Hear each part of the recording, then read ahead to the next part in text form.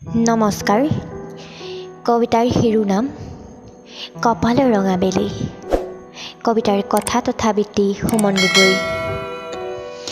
পুৱাৰ বেলিটো মোৰে উকা কপালত আঁকি চাওঁ যে নিজকে ঘূৰি ঘূৰি, শিৰতে আঁকি লওঁ দীঘলকৈ সেন্দুৰ তাৰি তোমাৰ নামকে ধিয়াই, পাতৰ কাপোৰযোৰে দেহাতে মেৰাই শৰীৰক পাত মাদৈ সঁচাই, গোসাঁইৰে থাপনাত জ্বলাই ধূপ চাকি মাগোঁ যে তোমাক।